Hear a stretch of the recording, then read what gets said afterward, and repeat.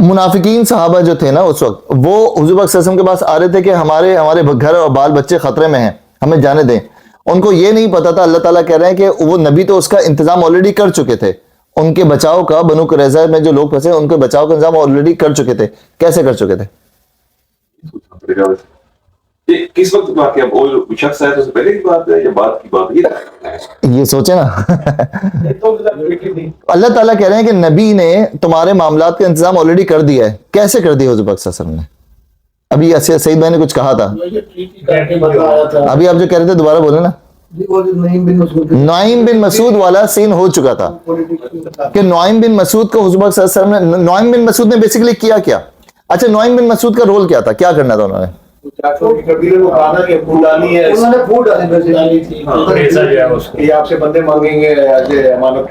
بنو قریظہ کی ٹریٹی جو انہوں نے بریک کی تھی، جو بد عہدی کی تھی، تو بنو قریظہ کا معاملہ تو نعیم بن مسعود نے سنبھالا نا. بھائی بنو قریظہ کے بارے میں ایک غلط بات وہاں بتائی جا کے، اور وہی غلط بات بتائی بنو قریظہ کو جا کے. بنو قریظہ اور ان کو آپس میں ایک دوسرے سے متنفر کر دیا نا. تو بنو قریظہ والے جو لوگ تھے وہ بچ گئے نا. تو یہ کام حضور پاک صلی اللہ علیہ وسلم کر چکے تھے. تو اللہ تعالیٰ کہہ رہے ہیں کہ تم لوگ جو یہ بہانہ لے کے آ رہے ہو کہ ہمارے بال بچے بیوی بچے ہمارے ٹربل میں ہیں، اس کی ذمہ داری تو حضور پاک صلی اللہ علیہ وسلم آلریڈی لے چکے ہیں. یہ انتظام بھی دفاع کی اس مجموعی اسکیم ہی کا ایک حصہ تھا جس پر سالار لشکر کی حیثیت سے حضور پاک صلی اللہ علیہ وسلم عمل فرماتے. اس سے کوئی فوری خطرہ اس وقت نہ تھا جس کی بنا پر ان کا یہ حضور کسی درجے میں معقول ہوتا کہ ہمیں جانے دیں. دراصل وہ محاذ جنگ سے بھاگنا چاہتے تھے. اگر شہر کے اطراف سے دشمن گھس آئے ہوتے اور اس وقت انہیں فتنے کی طرف دی جاتی تو یہ اس میں پڑ جاتے اور مشکل ہی سے انہیں شریک فتنہ ہونے میں کوئی تعمل ہوتا. ان لوگوں نے اس سے پہلے اللہ سے عہد کیا تھا کہ یہ پیٹ نہ پھیریں گے، اور اللہ سے کیے ہوئے عہد کی باز پرست ہونی ہی تھی. اب یہاں سے سمجھ دیں، اب یہاں پہ اللہ تعالیٰ وہ اینڈنگ بتا رہے ہیں کہ دراصل وہ کیا کرنا چاہتے تھے. دراصل وہ کیا کرنا چاہتے تھے؟ محاذ جنگ سے بھاگنا چاہتے تھے. بیسک تو ان کا یہ تھا کہ ہمیں جنگ نہیں لڑنی. اچھا، کیا یہ جو بھاگنا چاہتے تھے ان کو سردی لگ رہی تھی اس وجہ سے بھاگ رہے تھے یا کیا وجہ تھی؟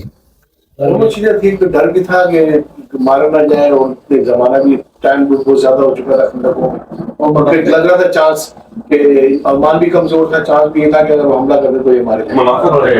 یہ بیسکلی منافق تھے. سیدھی سی بات یہ کہ یہ وہ لوگ تھے جو منافق تھے، جو مدینے میں رہنے کی وجہ سے، کیونکہ یہ وہ جنگ ہے جس میں تمام مرد جنگ میں جانا تھا، جس میں ہر شخص کو جنگ میں جانا تھا سوائے کس کے؟ وہ بہت بوڑھے یا بچے اور عورتیں. وہ پیچھے بنو قریظہ کے پاس رہ گئے تھے مال کے ساتھ، باقی ہر شخص نے جانا تھا. اب اگر کوئی شخص مدینے میں رہ جاتا تو وہ سیدھا کیا ہوتا؟ منافق ہوتا. مطلب کہ وہ نان مسلم کہلاتا نا. نان مسلم رہ گئے ہوں گے نا وہاں پہ. بھائی مدینے کا رہنے والا نان مسلم اس وقت کہاں تھا؟ مدینے میں تھا نا. تو مدینہ خالی ایمٹی نہیں تھا، مدینے کا نان مسلم مدینے میں ہی رہ رہا تھا. اب جو مدینے میں رہ گیا وہ نان مسلم ڈکلیئر. اگر تمہیں اپنے آپ کو مسلم کہلوانا ہے تو تمہیں جانا پڑے گا حضور پاک صلی اللہ علیہ وسلم کے ساتھ. تو یہ والے لوگوں کو مشکل ہی ہو گئی تھی کہ ٹائٹل تو انہوں نے نبی کے ساتھ والا صحابی کا لے لیا تھا، ٹھیک ہے. اب اس ٹائٹل کو برقرار رکھنے کے لیے جانا پڑا تھا. اب ان کو وہ بھاگنا چاہتے تھے اس جنگ سے، کیونکہ ان کا ایمان پختہ نہیں تھا اور وہ منافقین تھے زیادہ تر لوگ اس میں سے. اللہ تعالیٰ آگے کہہ رہے ہیں اگر شہر کے اطراف سے دشمن گھس آئے ہوتے اور اس وقت انہیں فتنے کی طرف دعوت دی جاتی. کون سے فتنے کی طرف؟ یہ فتنہ کس بارے میں؟ یہاں پہ غور سے پڑھیں، آپ کو سمجھ آئے گا. دشمن اگر گھس آئے ہوتے اور اس وقت انہیں فتنے کی طرف دعوت دی جاتی تو اس میں یہ جا پڑتے.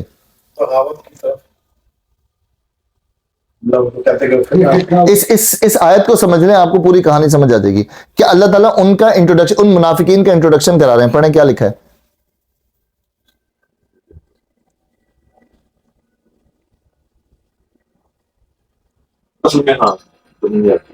جی کس کے دعوت دی تھی؟ اس پہ غور کریں کون ان کو دعوت دے سکتا ہے؟ بات نہیں آتی، دعوت دیتے ہیں. یہی ساری کہانی. اچھا، اس میں یہ اللہ تعالیٰ نے اس آیت میں کیا کہا؟ اگر شہر کے اطراف سے دشمن گھس آئے ہوتے اور اس وقت انہیں دعوت دی جاتی تو یہ اس میں جا پڑتے. کیا مطلب؟ دشمن آ گیا اندر آ گیا, انہوں نے کہا کہ آؤٹ یہ ساتھ ہی مل جاتے ہیں, مسلمان کو ساتھ مار مل دیا, جاتے ہیں. تو یہ کیا کرتے؟ مل جاتے. یہ فوراً مل جاتے. اللہ تعالیٰ ان کا انٹروڈکشن یہ کرا رہے ہیں کہ ابھی تو اس سچویشن میں یہ اپنا اس ایکٹ, اپنا اس رول کو پلے کر رہے ہیں, جو یہ مسلمان بن کے جو رول پلے کر رہے ہیں. اگر بلیو, اللہ تعالیٰ کہہ رہے ہیں کہ بلیو کرو, کسی وقت اگر فوجیں گھس آئی ہوئی ہوتی نا تو یہ آرام سے جا کے ان کے ساتھ مل جاتے, یہ ان کے ساتھ مل جاتے اور شریک فتنہ ہو جاتے. فتنہ مطلب, اچھا فتنہ دو طرف سے, فتنہ ہوتا ہے آزمائش بھی, اور فتنہ ہوتا ہے عربی میں آزمائش کو بھی فتنہ کہتے ہیں, اور فتنہ کسی مشکل کو یا کوئی چالاکی اس کو بھی کہتے ہیں. یہاں پہ ہے آزمائش. اگر کوئی فتنہ آ جاتا تو یہ اس آزمائش کے ساتھ جا کے مل جاتے اور پھر کیا کرتے, یہ اس میں شریک فتنہ ہو جاتے. ان میں تامل نہ ہوتا. تامل کس کو بولتے ہیں؟ ازر نہ کرتے, کوئی hesitation نہ کرتے. ان کو کوئی تامل, کوئی ہیزیٹنسی نہ ہوتی, ان کو جا کے آرام سے مل جاتے. 1 منٹ میں وہ حضور پاک صلی اللہ علیہ وسلم کا ساتھ چھوڑ دیتے وہ. تو یہ اللہ تعالیٰ کہہ رہے ہیں کہ ان کو کوئی تامل نہ ہوتا اور وہ جا کے حضور پاک صلی اللہ علیہ وسلم کے اگینسٹ کھڑے ہو جاتے. یعنی اگر شہر میں داخل ہو کر فاتح کفار ان منافقین کو دعوت دیتے کہ آؤ ہمارے ساتھ مل کر مسلمانوں کو ختم کرو, تو یہ جا کے ان کے ساتھ مل جاتے. ان لوگوں نے اس سے پہلے اللہ سے عہد کیا تھا کہ یہ پیٹ نہ پھیریں گے, اور اللہ سے کیے ہوئے عہد کی باز پرس تو ہونی ہی تھی. نمبر 27, یعنی جنگ احد کے موقع پر جو کمزوری انہوں نے دکھائی تھی, اس کے بعد شرمندگی اور ندامت کا اظہار کر کے ان لوگوں نے اللہ سے عہد کیا تھا کہ اب آزمائش کا کوئی موقع پیش آیا تو ہم اپنے اس قصور کی تلافی کر دیں گے. لیکن اللہ تعالیٰ کو محض باتوں سے دھوکہ نہیں دیا جا سکتا تھا. جو شخص بھی اس سے کوئی عہد باندھتا ہے, اس کے سامنے نہ کوئی آزمائش کا موقع وہ ضرور لے آتا ہے تاکہ اس کا جھوٹ سچ کھل جائے.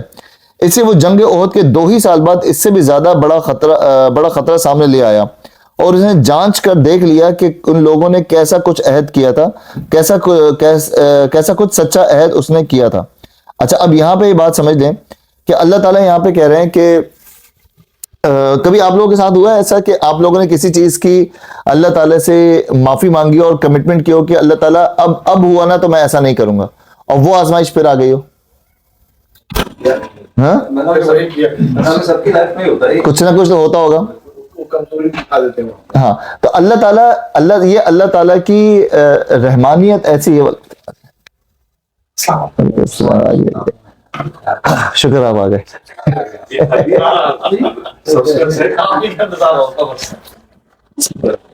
جان ہے آپ کا سب.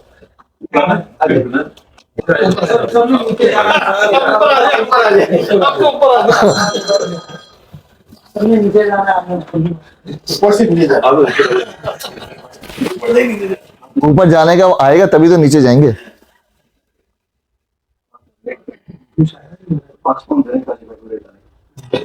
کاشف بھائی آج کل بہت ہر بات پہ پیسے مانگ رہے ہیں. کاشف بھائی آج کل ہلکے نہیں آ رہے. میرے پیسے کدھر ہیں؟ یہ ان کو پکڑ رہے ہیں, ان کو آسان ہے پیسے ڈال دیا نا اس کے اندر.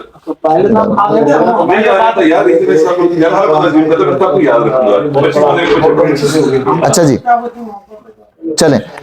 اچھا, تو یہاں پہ اب اللہ تعالیٰ کہہ رہے ہیں کہ اب یہاں پہ بات ہو رہی ہے کہ جو عہد کیا تھا اللہ تعالیٰ کے ساتھ ان لوگوں نے کہ ہم پیٹ نہیں پھیریں گے, یہ کون سا عہد تھا؟ یہ کون سا عہد تھا؟ کیا یہ وہ آدم والا عہد تھا؟ یہ کون سا عہد تھا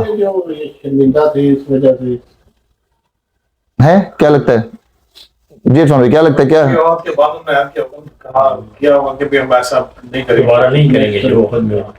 تمام زیادہ تر صحابہ نے اس دن عہد کیا کہ اس وقت 2 مسئلے ہوئے. ایک تو جنگ ہار گئے اور حضور پاک صلی اللہ علیہ وسلم کی نافرمانی بھی ہو گئی.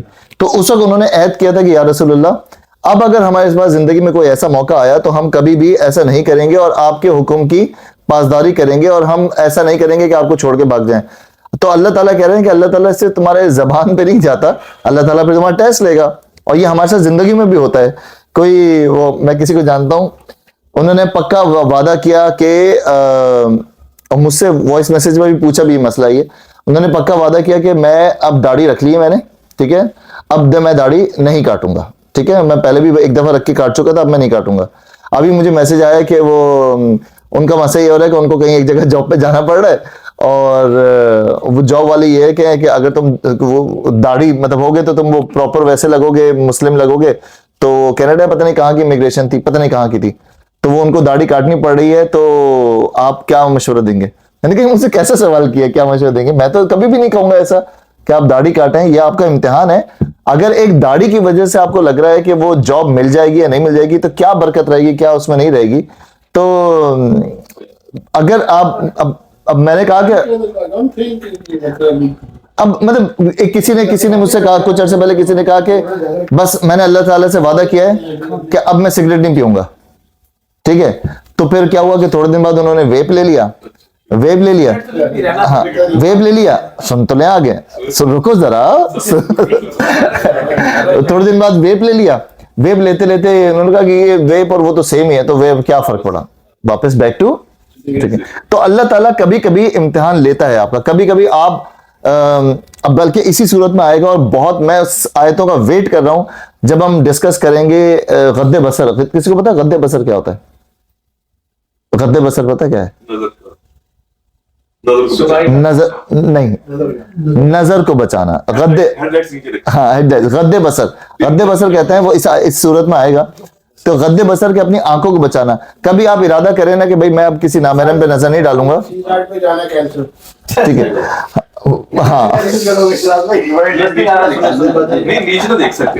ہاں نیچے دیکھ سکتے ہیں نا, وہ اسی لیے کہہ رہے ہیں نیچے دیکھتے ہوئے چلو,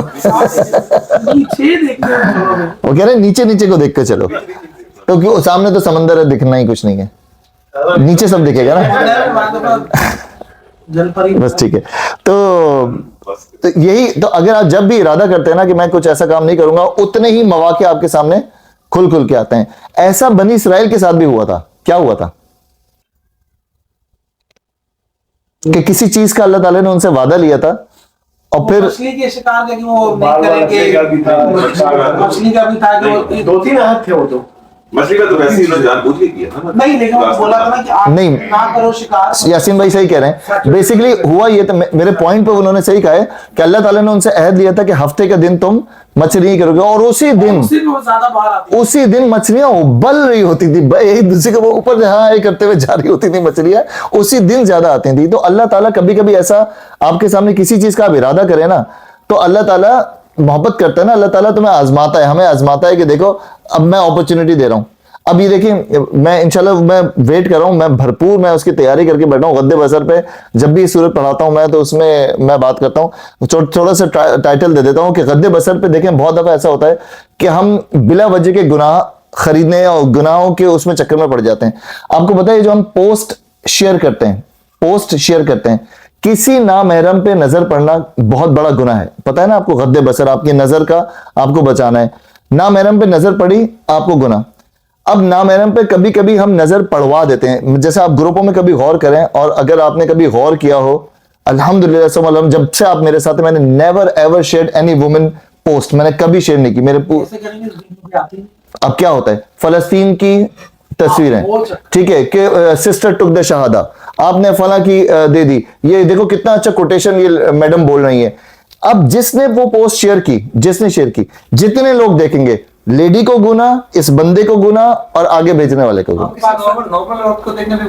یس بالکل, غد بصر نہ میرا نہیں, صحیح کہہ رہے, ہاں بالکل گناہ ہے. میں ایک اور جگہ, دوسری جگہ پہ میں سورۃ التحریم پڑھا رہا ہوں اس وقت, اور میں وہاں پڑھا رہا ہوں, حجرات پڑھائی, نور پڑھائی, اور پھر اب میں سورۃ التحریم پڑھا رہا ہوں, سورۃ الطلاق کے بعد.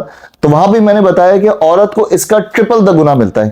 ٹرپل گناہ کیسے ملتا ہے؟ لیکن یہ تو سبجیکٹو میٹر, اگر آپ جائیں آپ ادھر جائیں, وہ یہ ہمارے اس میں نقاب ہے, جہاں میں نے خود پوچھا ہے اور انہوں نے بولا کہ نہیں, چہرے کا یہ اس صورت میں کرنا ضروری نہیں. سر وہ کہہ رہے ہیں کچھ نہیں ہوتا, اللہ کیا کہہ رہا ہے, قرآن کیا کہہ رہا ہے, that's the main thing. No, وہ that's the completely جلا بی بہنا اسی صورت میں آ رہا ہے. ہم پڑھیں گے اور اس کے بعد ہم سورۃ الحجرات, سورۃ النور میں بھی جائیں گے. کمپلیٹلی نو, چہرے کا پردہ is must according to the Quran and احادیث, مسٹ. کیا حضور پاک صلی اللہ علیہ وسلم کی ازواج بغیر چہرے کے نقاب پہ ہوتی تھیں؟ سوال یہ, کیا حضرت عائشہ کے ساتھ جو واقعہ افک ہوا اس میں انہوں نے ایک دم اپنا چہرہ کیوں پلٹ؟ اس پہ تو میرے پاس اتنا مواد ہے, جب یہ ٹاپک آئے گا انشاءاللہ اس پہ ڈسکس کریں گے. تو بات ہو رہی تھی غد بصر پہ, تو غد بصر پہ کبھی کبھی ہم ایسی چیزیں شیئر کر دیتے ہیں کہ ہم فری کا گناہ لیتے ہیں. تو کوشش کیا کریں کبھی کسی عورت کی تصویر, کسی عورت کی ویڈیو نہ شیئر کریں. اب وہ جس نے بنائی ہے, آپ کو جس نے بھیجی, آپ تو اپنا گناہ نہ لینا, اور میں جہاں پہ میں پڑھا رہا ہوں اس وقت پردے کے معاملات، وہاں پہ میں نے بتایا کہ عورت کو اس کا ڈبل گناہ ملتا ہے. کیسے؟ ایک تو اس نے پردہ نہیں کیا اس کو گناہ، ٹھیک ہے، اس کو تو گناہ مل رہا ہے. اب کسی مرد نے اس کے چہرے پہ نظر ڈالی تو مرد کو تو گناہ ملے گا، اس مرد کو اپرچونٹی دینے کا بھی گناہ عورت کو ڈبل ملے گا اکارڈنگ ٹو دا احادیث and Quran. A very simple matter. تو جب جو عورتیں ہماری بہن بیٹیاں اگر پردہ نہیں کرتی ان کو تو گناہ مل رہا ہے، وہ تو مل ہی رہا ہے، لیکن جس نے ان کے چہرے پہ نظر ڈالی اس کا گناہ بھی انہی کے سر آئے گا. تو عورت کو پردہ نہ کرنے پہ ڈبل گناہ ملتا ہے، ڈبل گناہ. اس سچویشن میں کیا آتا ہے کہ یہ تو ہم بات سے کہاں چلے گئے، ہم کسی کی اگر پوسٹ شیئر کر دیں کہ اب یہ ہوتا ہے کہ فلسطین کی ہم نے جتنی غزہ کے معاملے میں عورتیں رو رہی ہیں بیٹھی ہوئی، آپ نے کسی کی بھی پوسٹ شیئر کی، کسی نیوز کاسٹر نے بیٹھ کے کچھ بتا دیا، کوئی لیڈی کا بیان یا کسی کا بیان، آپ کو اس کا گناہ کا حصہ ملنا شروع ہو گیا کیونکہ آپ کی وجہ سے اس کے چہرے پہ کسی کی نظر پڑ رہی ہے. تو کوشش کریں، یہ ابھی اس میں ہم بہت ڈیٹیل بات کریں گے کیونکہ اسی صورت میں آ رہا ہے یہ. تو یہاں پہ اللہ تعالیٰ وہ کا پردہ کرنا بہت ضروری ہے، یا اس کے دل میں جو ہے وہ مسٹ پردہ کرنا ضروری، بہت ضروری نہیں، مسٹ ہے، must. There is no option at all. اور اس میں انشاءاللہ ہم اس صورت میں پڑھیں گے اس کی ساری احادیث اور اس کی ساری ڈیٹیلنگ، اور جلا بی بہن والی آیت جو ہے وہ ہم انشاءاللہ اس صورت میں پڑھیں گے تو پتہ چلے گا. مسٹ ہے، آپشن نہیں ہے. اور عورت کا عذاب جو ہے وہ سب ہم انشاءاللہ بھرپور پڑھیں گے کیونکہ ہم بیوی بیٹیوں والے لوگ ہیں، تو ہمیں بھی بہنوں والے لوگ ہیں، ہمیں پتہ ہونا چاہیے کہ سارے معاملات کیا ہیں. تو یہاں پہ اللہ تعالیٰ کہہ رہے ہیں کہ وہ جو عہد کیا تھا، جو انہوں نے غزوہ احد پہ عہد کیا تھا، کہ غزوہ احد کے بعد حضور صلی اللہ علیہ وسلم سے کہا تھا کہ یا رسول اللہ اب ہم آپ کو بٹرے نہیں کریں گے. بات اگر آپ کو یہ پتا تھا کہ یو کے آئی کے پروگرام کیوں ہوتے ہیں جس میں عورتیں بھی آلموسٹ صحیح ساتھ نہیں بیٹھ رہی، لیکن اگر اتنی بات ہے تو یو کے آئی کو تو پھر کوئی پروگرام کرنا ہی نہیں چاہیے. نہیں تو ہم سیگریگیشن والے پروگرام کرتے ہیں، لیکن پھر بھی سیگریگیشن وہی رہی ہوتی ہے. سیگریگیشن آپ نے سیگریگیشن کر دیا، پروگرام کرنے والے نے سیگریگیٹڈ کر دیا. باہر جا کے کوئی کتنا بھی کچھ کرے، عورتوں کو پتا ہونا چاہیے کہ انہوں نے نقاب کرنا ہے. الحمدللہ 80% عورتیں ہمارے یہاں کی نقاب کرتی ہیں، نقاب باقاعدہ نقاب کرتی ہیں. اب ہم نے پروگرام جو ارینج کیا، ہم نے کمیونٹی سینٹر کیا یا پھر ہم نے اسکول کیا، ہم نے سیگریگیٹڈ کر کے کوشش کی کہ الگ حصہ الگ پردوں کے پیچھے کھانا کھائیں، الگ جائیں. اب اگر کسی مرد نے اپنی نظریں ویسی ہی ٹکانی ہیں تو اس کا پرابلم ہے. ہم نے اپرچونٹی کیا دی. مزے کی بات بتاؤں آپ کو، اسکول والا پروگرام ہوا اسی رات، یہ میں کٹ بھی کر دوں گا، رات کو ہی مجھے یہاں پہ فون آ گیا مجھے کسی کا فون آیا کاشف بھائی رات کو، وہ کسی نے نمبر دیا اور کہا کہ اس برانچ کا سیکرٹری نوان ہے. انہوں نے مجھ سے بڑا گلہ کیا، میڈم نے کہا کہ آپ لوگ جو ہے وہ سیگریگیٹڈ کیوں کرتے ہیں، ہمیں ایم پی سے ملنا تھا، ہمیں کونسلر سے ملنا تھا، آپ لوگوں نے کیا پردے کا سسٹم رکھا ہوا ہے. بقاعدہ گلہ کیا انہوں نے ہم سے. خیر ہم نے ان کو منع کر دیا کہ جی ہمارے بیسک پیرامیٹرز ہیں کہ ہم یو کے اسلامک مشن ہو یا کوئی بھی ہو، ہم سیگریگیٹڈ سسٹم رکھتے ہیں، سمپل سیگریگیٹڈ، کیونکہ ہم وہ اپرچونٹی نہیں دینا چاہتے. اب وہ جیسے پارک ہو گیا، پارک میں آپ باہر نکل کے آپ اپنی نظریں کتنی بھی گھما لیں، یہ تو ہمیں اپنی نظروں پہ کنٹرول ہونا چاہیے نا. کہ اگر آپ کی نظریں کنٹرول نہیں ہے تو پھر تو آپ تو پردے میں یا عورت کے نقاب سے بھی گھس جائیں گے آپ اندر. آپ کو کنٹرول ہونا چاہیے. تو وہ ہم تو بالکل کرتے ہیں 100%. تو یہاں پہ بات ہو رہی ہے کہ وہ عہد لیا اور غزوہ احد کے بعد صحابہ نے کہ ہم پیٹ نہیں پھیریں گے. تو اللہ تعالیٰ نے اسے کہا کہ پیٹ نہیں پھیریں گے، اور اللہ سے کیے ہوئے عہد کی باز پرس تو ہونی ہی پڑتی ہے. اللہ سے کیے ہوئے عہد، یہ اللہ سے کیا ہوا عہد تھا یا حضور پاک صلی اللہ علیہ وسلم سے کیا ہوا عہد تھا؟ اللہ سے کیا ہوا ہے. کیسے اللہ سے کیسے کیا ہوا تھا؟ جتنے دنیا میں لوگ آتے ہیں وہ اللہ سے عہد کر کے آتے ہیں. یہاں پہ اس کی بات ہو رہی ہے. اللہ سے کیا ہوا عہد کیا نا، اوپر جو انہوں نے عہد کیا تھا جب جنگ ہارنے کے بعد کہ ہم ساتھ دیں گے، اور اللہ سے کیے ہوئے عہد کی بات کو سننی چاہیے. تو یہاں اللہ وہ ایمان لائے تھے نا، لیکن دل سے نہیں لائے تھے، منافق. یہاں اس کی بات ہو رہی ہے. کیا کہنے کا شوبھے؟ یہ اللہ کی بات ہو رہی ہے. نہیں یہ جو آپ نے بتا رہے تھے نا، جب جنگ ہارے تھے اس وقت انہوں نے وعدہ کیا تھا جب دوبارہ ایسے حرکت کریں گے. لیکن حضور کے صلی اللہ علیہ وسلم کیا تھا نا، اور نبی کے تھرو اللہ سے وعدہ تھا بیسیکلی. لیکن جب آپ وعدہ کرتے ہیں نا تو بیسکلی وہ اللہ، جیسے ہم قسم کھاتے ہیں، اللہ کی قسم سامنے والے سے ساتھ کہ یار میں اللہ کی قسم کھا کے کہتا ہوں میں آپ کا یہ کام، تو میں آپ سے کھا رہا ہوں لیکن میں قسم ہے ٹھیک ہے، لیکن میں اللہ کی قسم کھا رہا ہوں. تو جب وہ عہد کیا تو اللہ کے نبی سے عہد کیا نا، تو اللہ کے نبی سے عہد، اللہ سے ہی عہد، ایک ہی بات، مطلب اللہ کے سامنے عہد کیا نا. جب قسم کھائی جاتی ہے یا وعدہ کیا جاتا ہے تو وعدہ، جیسے یار اتنی چیزیں پڑھنے والی، آپ کو پتا ہے قسم کے کفارے کیا ہیں؟ کافی زیادہ روزہ یا پھر قسم کے کفارے، وعدہ توڑنے کا کفارہ، منت کا کفارہ، اتنی چیزیں ماشاءاللہ انشاءاللہ اس جرنی میں ہم سمجھیں گے. ابھی میں نے ریسنٹلی ٹائم ہو گیا تقریباً 7-8 مہینے ہو گئے, میں نے جس گروپ میں قسم کا کفارہ بتایا تو وہاں سے تو پھر بڑے آئے کہ یار ہماری تو پھر بڑی قسمیں ٹوٹی ہوئی ہیں. کل بھی کہتے ہیں یار میں قسم دے رہا ہوں بتانا نہیں کسی کو یار. یا کبھی کبھی نا آپ کیوریوسٹی میں آپ کو کوئی بولے نا یار وہ ایک بات ابھی نہیں چھوڑ نہیں بتانی, اب آپ کے پیٹ میں کبھی آپ کے ساتھ کوئی ایسا کر دینا یار وہ ایک بات اچھا چلو چھوڑو, اب آپ کو ہو گیا نہیں تو اب بتا, اب تو بتا. تو وہ جب پھر آپ ہر طرح کی قسم کھانے کے لیے ریڈی ہو جاتے ہیں. یار نہیں تم بتا دو گے, یار میں نہیں بتاؤں گا, نہیں یار تم بتا, یار میں قسم کھا رہا ہوں نہیں بتاؤں گا یار, تم بلیو کرو. یہ قسم کھانا نا بہت کلچر چیز بن گیا. اب آپ اسپیسیفکلی اللہ کی قسم یا آپ قسمیں واللہ جیسے ہمارے بچے واللہ اس میں کوئی انٹینشن نہیں ہے میرے خیال میں. اس میں انٹینشن اگر آپ کوئی جیسے میری فیملی کوئی بات ہوئی اور اس میں کوئی ڈیلنگ ہے, کوئی ایسی بات ہو رہی ہے اس میں آپ اللہ کی قسم کھا رہے ہیں یا وغیرہ فارم میں واللہ آپ چلے یار ایسا نہیں ہوگا. اب یہ واللہ مور یہ قسم میں کاؤنٹ نہیں ہوتا, قسم میں نہیں ہوتا. ہاں یہ ایسا ہی ہے, قسم میں کاؤنٹ نہیں ہوتا. قسم وہ ہے جو آپ انٹینشنلی اللہ کی قسم کا ہے.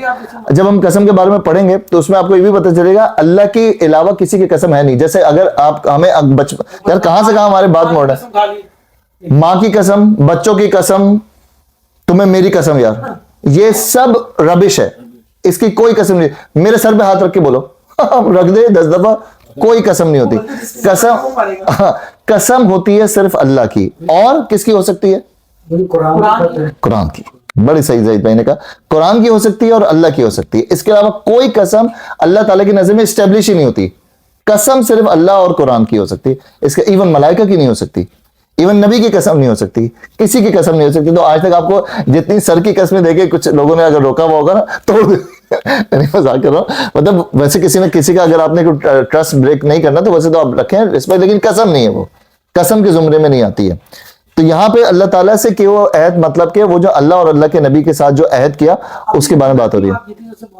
امام زابن باندھتے تھے تو وہ یہ اس سے ریلیٹڈ ہے کچھ یار امام زامن مجھے آج تک سمجھ نہیں آیا. وہ امام حسین امام علی کا یا وہ بڑا ان مائی ویو اس بدعت میرے نزدیک. لیکن منت کا کفارہ ہے, اگر آپ نے کسی چیز کی منت مانی ہوئی نا, جی کچھ کہہ رہے ہیں, منت کا کفارہ ہے لیکن وہ نہیں ہے. وہ جو اجمیر شریف میں امام زمان سب بیکار باتیں کہ مطلب کیا حضور پاک صلی اللہ علیہ وسلم نے غزوے پہ جاتے ہوئے سب کے امام زامن باندھا تھا؟ امام زامن, زامن کس کو کہتے ہیں کاشف بھائی؟ گارنٹی کیا سائنس ہے اس کے پیچھے؟ یار ہم نے بہت دیکھا ہے یہ بس ایسی کہ افلام مندر مثال طور میں نے آپ کا نام لے کے نعمان بھائی کی قسم نہیں میں تو مثال طور پر میں اس سے سمجھنا چاہ رہا ہوں کہ وہ باندھنے والا کیا کہتا ہوگا کہ تم اس کی حفاظت میں جاؤ. از اٹ اللہ جانتا ہے کہ مجھے لگتا ہے کہ کسی کی انٹینشن ہوگی کہ کوئی بندہ کسی بندے کی حفاظت کرے. کیا ہے پھر سائنس؟ یہی ہوتا ہے کہ اللہ حفاظت کرے گا. آپ نے سنا ویسے کیا ہے یہ؟ امام زامن کا میرے زمان یہی سمجھ میں آ رہا تھا, امام زامن امام حسین کے نام سننے میں آتا ہے بڑے جو امام حسین کا واٹ, یعنی کہ ان کی حفاظت کر چلے گا, اس کی اس طرح سے کرے گا. امام حسین کیسے حفاظت کر سکتے ہیں؟ نہیں کر سکتے, ہم تو منع کرتے ہیں یار یہ میں نے یہ تو میں نے دولہاؤں کے اکثر بندہ دیکھا ہے, نہیں ہے نا؟ بات سنیں ان کو تو جائز ہے, یہ بات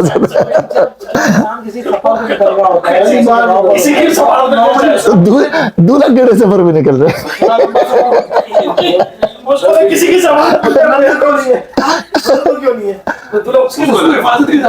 نہیں باندھتے ہوں گے میرے خیال سے. یار مجھے یہ کہانی دیکھیں پہلے تو مجھے آج آپ نے اس ٹاپک نکالی, ورنہ میرے نزدیک میری نالج نہیں ہے پہلی بات اس بارے میں. نہیں ہے کچھ چیزیں ہیں, نہیں کچھ چیزیں ہیں اس میں نہیں ہے, لیکن میرے نزدیک اگر تو یہ ضامن ضمانت والا ہے تو پھر کیا ربش بات ہے. پھر تو کیسے کون کسی کی ضمانت ہے؟ اس کا میں نے اس لیے بات کی ابھی بات کر رہے تھے, میں نے یہ دیکھا ہے کچھ گھروں کے اندر کہ باقاعدہ وہ اتنا بڑا اس کے اندر وہ پورا باندھتے ہیں, پھر اس کے اندر وہ چیز تعویذ ہوتا ہے, تعویذ سم تھنگ کیا کپڑا وپڑا کیا دال, یہ سب شرک ہے میرے نزدیک, یہ سب شرک ہے. کیونکہ جب اللہ تعالیٰ سامنے حفاظت کرنے پر حضور پاک صلی اللہ علیہ وسلم اپنی بیٹی کو کہہ رہے ہیں کہ اے فاطمہ میں تمہیں نہیں بچا سکتا, تو تمہیں بچائے گا صرف اللہ کی ذات ہی بچائے گی, اور کوئی نہیں بچا سکتا, میں بھی نہیں بچا سکتا. دم صحیح ہے, بالکل دم بالکل ہے, دم تو بالکل واجب, دم تو بالکل کر سکتے ہیں.